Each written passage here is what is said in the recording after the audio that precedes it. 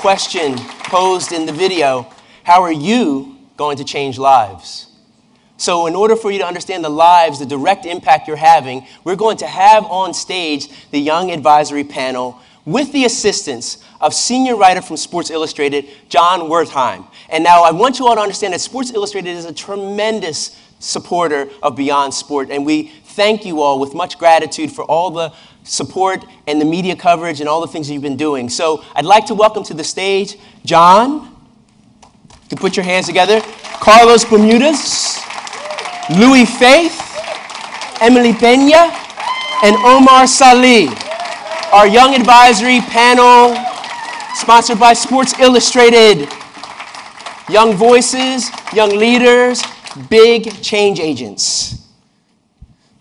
Thanks, Kevin. Thanks, everyone. I think we're all here because we believe in the virtues of sports and the greater good of sports. Certainly at Sports Illustrated we do. We may put LeBron James and Serena Williams and Eli Manning, we'll tell you about him later, on the cover. But I think we go about our jobs with a real acknowledgement that there are countless other athletes who are not rich and famous who also benefit from sports. And we're lucky we have a representation of that right here. This isn't just an abstraction. We have the embodiment of people improving their lives through sports. These are 4 members, again, as Kevin said, of our Young Sports Advisory Panel. And I want you guys to basically just tell your stories. We have 2 guests here from New York. We have Team GB in the middle, who crossed an ocean to get here, and I have very impressive and inspiring bios, but rather than read those to you, I want you guys to just tell your stories. Omar, why don't you just sort of tell the story? Basically, my name's Omar, and I'm 16 years old, and obviously I'm from London, and basically I was in year 6. I was quite a chubby child. I was quite lost. That transition from year 6 to year 7 was quite, I wouldn't say a painful one, but it was quite a confusing one. I didn't really know what to do because I've got no older brothers, no older sisters. My cousins live in, obviously because I'm half Moroccan, half English, so they live in Morocco, so I got no help there. So I was quite lost. So anyway, I was in primary school. I went to Queen's Park Rangers, so QPR and the Community Trust, and they run a study sports centre where they take kids from the local borough, and they basically they help them with their maths, their ICT, their English, but also with social skills, communication skills. And we also used to go and play football, and that used to help us bond as a group. And then I moved to year 7, I did a bit of work there, and then I got told to come back and help out. So at first it was just every Wednesday evening to go help out and just bond with the kids. And then I've been working there ever since, just volunteering. I've done over 100 hours with them, more than 100 hours, a lot more. So then, so now it's just basically changed my life from a confused, quite small and chipmunk-like looking to, honestly, my cheeks are really big, but that's not the point. The point is, then I went to I'm 16 years old. I'm studying at college. I'm doing sociology, English, psychology, media. I'm playing semi-pro football. So any MLS teams out there, I'm free. So. But yeah, honestly, QPR has honestly changed my life. I've done my Duke of Edinburgh, and I'm sitting here right now talking to you lot about where I've gone and where I'm going. So that's my story. Thank you. You'll say a few words, Louis? Hello, my name's Louis Faith. I'm from Portsmouth, which is it's near London in the UK, but it's on the south coast. So I'm from Portsmouth. My journey started back in, I'd say 2004, 2005, when I started getting involved in antisocial behaviour, crime, and I was, hanging around with friends at a local park, not really doing much. I was skipping school quite a lot, and my life wasn't really going anywhere. In 2007, me and my friends were in a park, and we was walking back from the beach, and suddenly the park that we used to hang around in was converted by Barclays Spaces for Sport. They made an AstroTurf, tennis courts, basketball courts. It was amazing, and we thought, wait a minute, this is what we can start. We start getting involved in sport and stuff like that. And Julian Woodsworth, sitting in the front row right here, he had the idea to create a respect program, which is run by the Portsmouth Football Club, Pompey in the Community. So a lady approached us whilst we was all sitting in the park. There was about 15, 20 of us, and I guess it's quite intimidating, 15 youth sitting there, and just for one lady to walk out and go, look, do you want to participate in our sports sessions that we got delivering? And we said yes. So from there, my life really started from that split decision to say yes or no. I could have said no, I don't want to. I want to go and, you know, kick a door in or whatever I was doing in them days. But so we said yes, and ever since from then, we was attending sessions regularly. You know, my friends that are girls, they were attending yoga sessions and box size sessions. So that was in sort of like 2007 when I was in sort of year 7 and 8, which is sort of 12, 13.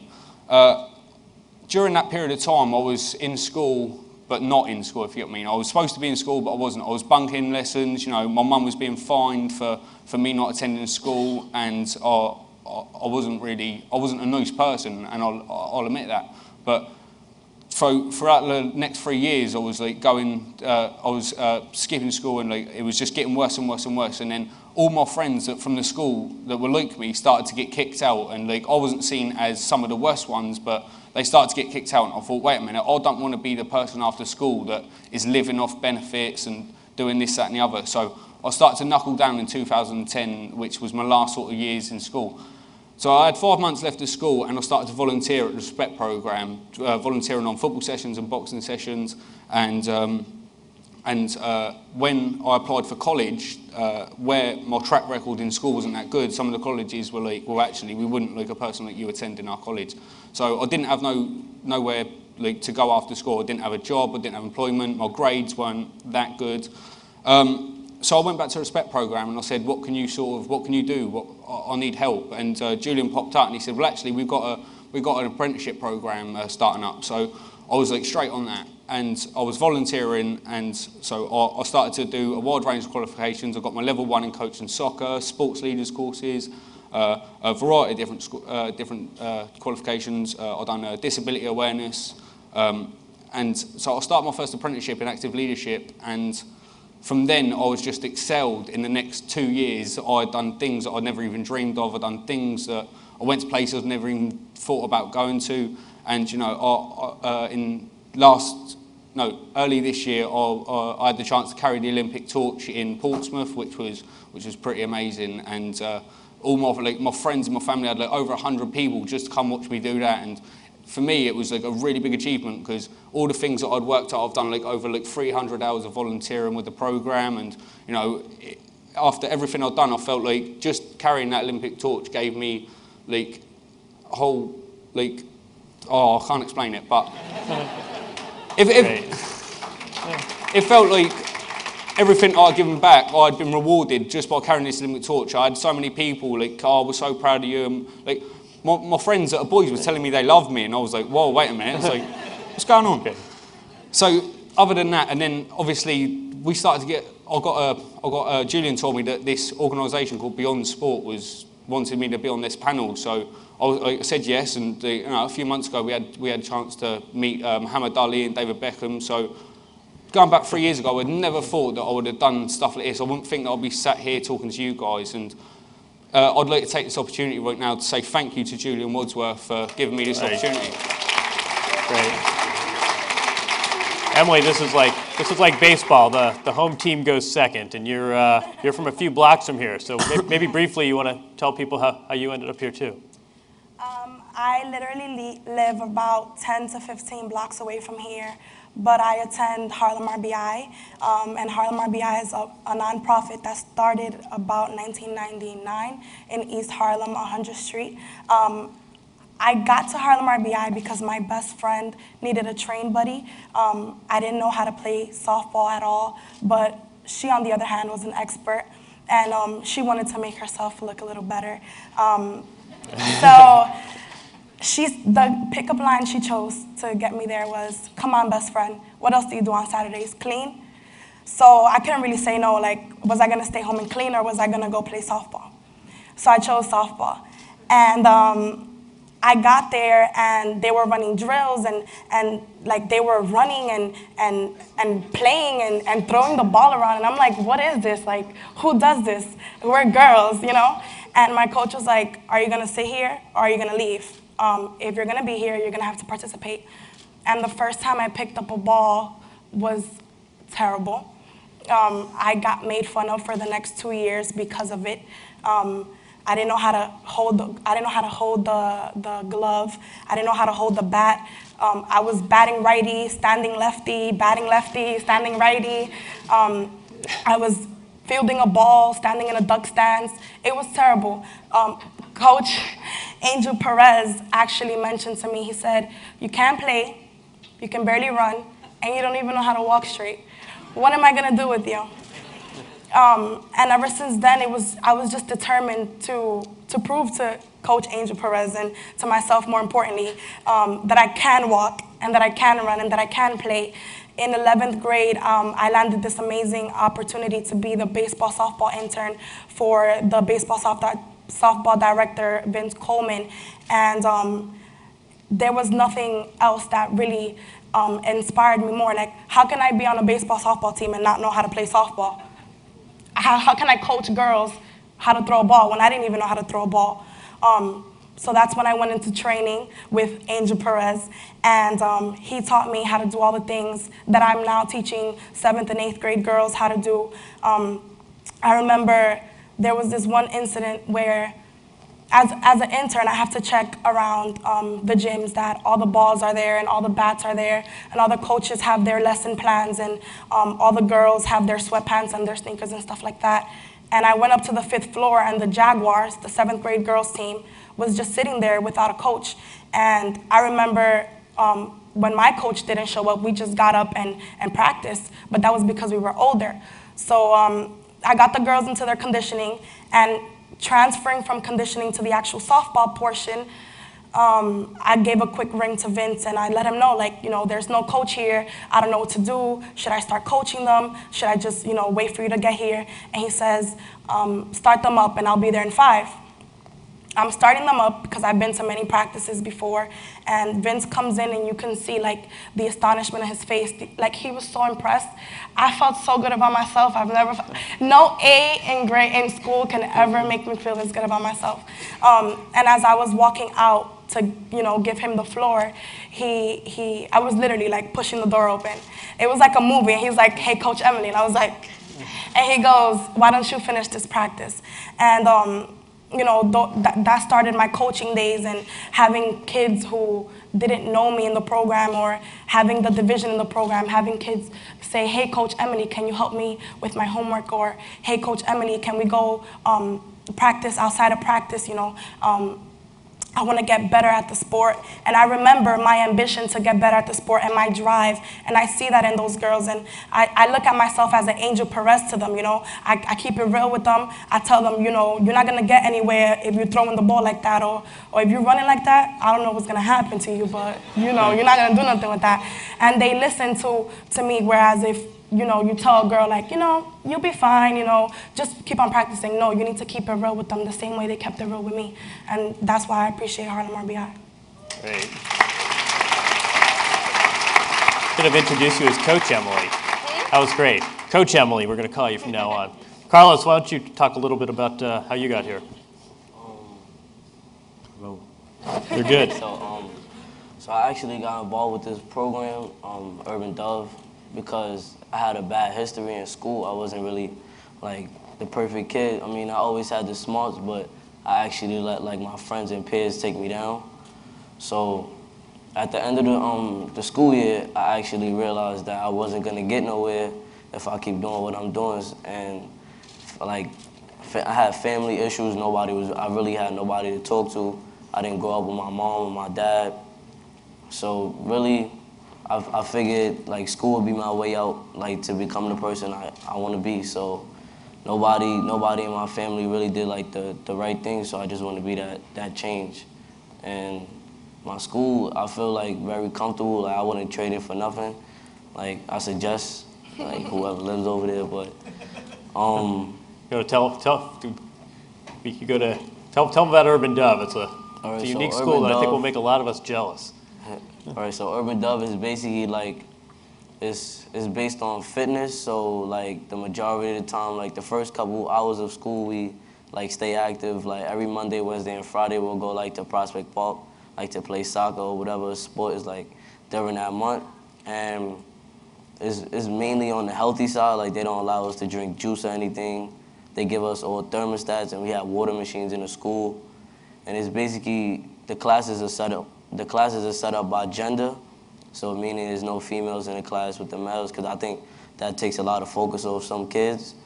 So I think that's a good thing. And we actually have, besides the teacher in the classroom, we have 2 coaches. So basically, they're like 2 counselors. If you need anybody to speak to, they can relate to everything, because like they're regular people too. And you sort of travel with, this is a charter school in Brooklyn that just opened, and it really uses sports as its premise. I think you sort of travel with teams, and the notion when you have this collective and you have this engagement through sports, you'll be engaged through academics, through academics as well. Because most kids prefer being active than like academic work. So I think that's a big step. So you guys, in addition to being athletes and coaches, you're also fans. You enjoy sports. And I think people here are sort of always curious to hear this from kids. Just a sentence or two. Tell us what athletes you like and admire and why. Why don't you start with you, Emma? My favorite athlete and team. My favorite team is the Yankees. And my favorite athlete is Mark Teixeira. But because we are both first basemen. And I think that's really cool. I learned how to scoop from watching him on TV, actually. Scooping is when you catch the ball. I'll explain later. And because he has donated like money to RBI, but he has not only donated money, but he's also donated his time. And the Real Kids, which is our 2nd and 5th grade team, you know, they feel like they have this connection with Mark Teixeira, and the time that he's given back to them really means a lot to them. And although he can't personally form a relationship with each and every child, I feel like the way they look up to him and the impact that he has on them is very important. Good answer. And you know where he works. Omar. My favorite team is the Yankees. No, I'm joking. To be honest, I work for QPR, so I've got to say my favourite team is obviously QPR. I've got to say in the job, so you know what I'm saying, so I've got to say that. But my favourite athlete, I was going to say someone like Muhammad Ali, you know, Usain Bolt, but I'm definitely going to say David Weir, who was a Paralympian in the Paralympics this summer. He won 4 golds, and I think that just shows you that, like, he's in a wheelchair, and he's winning 4 golds. And it just goes to show that whatever disability, whatever race, whatever ethnic background, whatever you are, you can achieve your potential. So that shows me that whatever I put my mind to, I can achieve.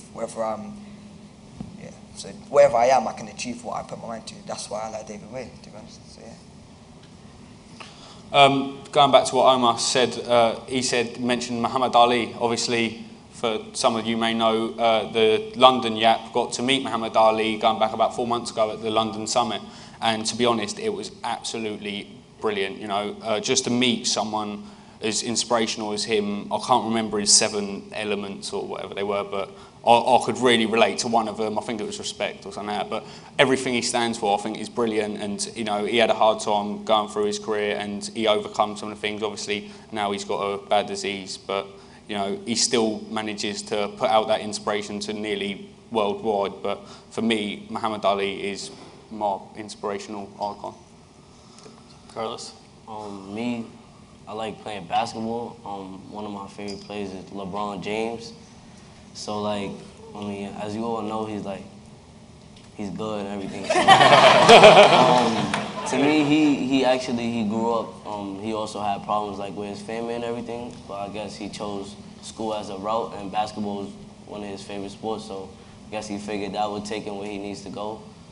So, basically, yeah, like I said, he's good, and he really, like, a lot of people, like, since he, like, recently, like, switched from the Cleveland to the Heat, like, it was a lot of people, like, trying to take him down, basically, like, bad feedback, everything else, and he still went along with it, like, everything was fine, and basically, he's good, that's it.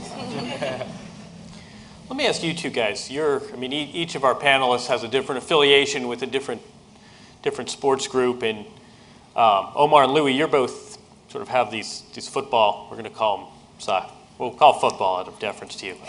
You're affiliated through local football clubs. In your case, QPR, Queen Park Rangers, a Premier League team, and Louis Portsmouth, which is going to be a Premier League team sometime soon. What do you guys think the relationship of a team, a club, a franchise to the greater community ought to be? I think that basically a lot of kids, like I go to school, a government school, so a lot of kids who may not be the best at academics, they look up to the players. And like you see a lot of kids who say, when I'm older, I want to be John Terry. When I'm older, I want to be Thierry Henry. And to be honest, with Queen's Park Rangers, like I've been working there a long time, and to see the kids say, I like so-and-so because he does this, this, and this. And like, because they have that relationship with the club automatically, it makes it a lot easier to work with them. I mean, like, a lot of people know that Metropolitan Police aren't as liked as they would be, as they should be, because as for me, I respect them for what they're doing, but they're not well liked for many youths across the world. But I think with QPR, it's not about authority, it's not about who we are and who you are, it's about, look, we're here to help you, so if you help us, we'll help you. And to be honest, that community feeling is just one of the best feelings in the world, to be honest, because you know that you're helping them to achieve, which is what QPR did to me, and this is what other people did to them. So it's just basically like a cycle. So I think football clubs' responsibility is just to basically be that role model, be that parental figure that they may not have had, or they may not have had 100%. So for me, football clubs are just parent clubs. They look after the kids, they build them, they grow them, and then hopefully when they're older, then they're more ready for the world ahead. Yeah, Portsmouth has a massive impact in the community. It has done for as long as I can remember. When I was in infant school, I remember going along to Pompey Study Centre to learn more about the club, the history. We had ground tours and stuff like that. But working with the Respect programme, and we wear sort of like the training kit to the club, and I think that brand sort of draws the young people in as well. Because every city has their own individual club, and if you're using that brand, and if the young people are fans of the club, then it makes them more drawn to come into your sessions, and they look to you as more like football coaches in a way. But so, there's a lot of us that aren't just football coaches, it's youth workers and stuff like that. But Portsmouth Football Club has a massive impact in the community. Obviously, with the Respect programme, we tackle so many youths and young people that come through the programme, and it's really good that the club can have an input on what the community does. We were talking before about our favorite athletes and sort of this horrible phrase, role model, and athletes that inspire us. And I'm curious about sort of the flip side of that, which is that for all the good athletes do, like any workforce, they're mostly good actors and some bad actors. And when we read about athletes making bad choices or getting in trouble, as teenagers, as fans, does that impact how you feel about those athletes, or do you sort of compartmentalize sports and the personal? How do you react when you see an athlete sort of getting into trouble, Emily? I feel like the media has a way to construct things to make them seem worse than what they really are. And I feel like, professional athletes are people too, and we as humans tend to judge people or the situation without knowing the full story. So I don't really judge them. I look at the full story, if there is a full story, and form an opinion from there. And I feel like everybody makes mistakes. It's who you are. It's what you do with that mistake that makes you who you are. It's a great answer, and they won't want you on sports talk radio for mature thought like that. What about you guys? I just got to say that for me, it's a controversial topic. People say, this person's like being in trouble with the police, and he's on 150,000 a week, and he's playing football, he's playing soccer or hockey, And I think, to be honest, everyone's made a mistake. For me, for us on here, we've all made mistakes. But it's just about, how you've dealt with it, as Emily said, it's how you deal with it that makes you the person, And also, a lot of us have had second chances. I'm saying no one's perfect. Everyone's different, no one's perfect, but everyone's had a second chance in this life, and it just depends on it doesn't matter whether they're getting money or not, I'm saying? It's just, everyone's a person, so that's what I believe. Everyone's the same. Yeah, I'd let's go back. She said about the media. Like a lot of the time, the media sort of overcomplicates things, and things get said that aren't true a lot of the time. And if a player's acting out, or if there's racism going on within the game between players, there is quite a bit of that in England at the moment. Some things are getting sorted, but some aren't, and some players do make the wrong decisions. But I wouldn't say you don't look at them differently, but if it comes out as truth that the thing that they've allegedly done is true, or it's not true, then it's sort of everyone has their own individual opinion. But I wouldn't say you look differently to the team. A football, a team is made up of loads of individual players, all from different backgrounds and stuff like that. So I think if that individual player is acting out, then it's only that individual player that has to make it right. Sure. Carlos, you have a thought here? Yeah, what she said, I say everybody makes mistakes. And also, I'm not saying like depending on the situation, but like most people like do things for a reason. I'm not like, you can't turn a bad situation into a good situation, but it just depends on how you make up for it. Like, so people will look at you differently. And most of the times, if it's like a problem comes up, it has to be a reason for you doing that. So if like before you tend to like judge somebody, I guess you just try to find out like the reason why they do the things they do. All right, we're deep into overtime. We're in penalty time here, so we're going to be real fast in just a few sentences. Spin this forward for the audience. Where do you see yourself going? What's next on the horizon for you? I see myself coaching for Harlem RBI. I want to be that figure that they see when they come through the doors, and I want to be that figure that they see when they leave. I'm currently a freshman in my first semester at the College of Mount St. Vincent, and my major is psychology with a minor in sports management. So I'm getting my BA in that, so I can become either a physical therapist or an occupational therapist. I want to, give back to my community and do all that good stuff.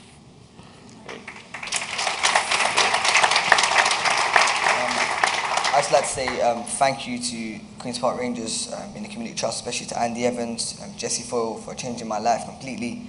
I see myself in sport, definitely. I mean, without sport, I'm not really me, to be honest. But definitely playing football, definitely looking out for my family, but also keeping that community together. That's what I'm all about.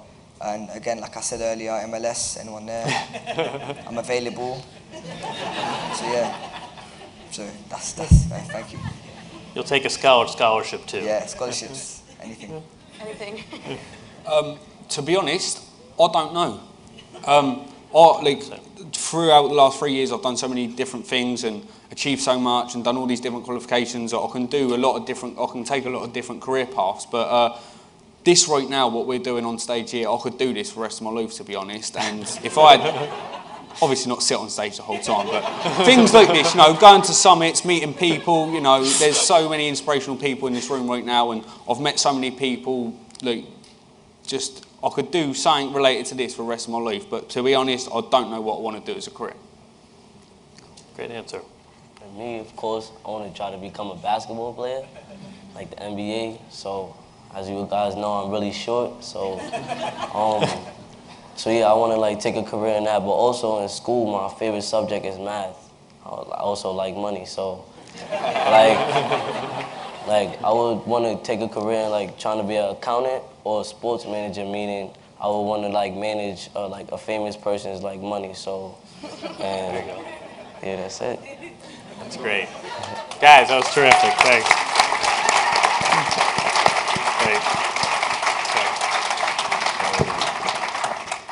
Guys, terrific.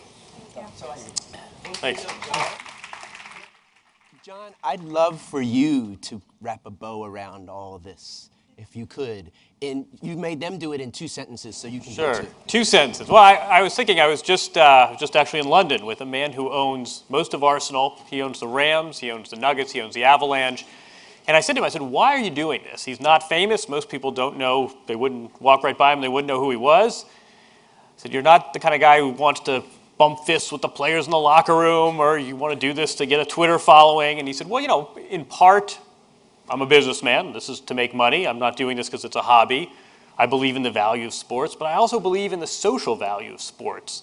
This is someone who could invest his money anywhere, and he's choosing sports because he believes in sports. He believes that it reduces boundaries. He believes it unites communities. It's great for the athletes. It's great for the fans. It teaches values. And I think that we talk in these abstract terms, but you guys are really terrific, terrific embodiment of all that. And whether you're an athlete or whether you've transitioned into coaching or whether you're in a school that stresses sports, I think the fact that we can have examples like this that really represent these concepts is really important, and you guys are really wonderfully inspiring. Thanks for coming, everyone.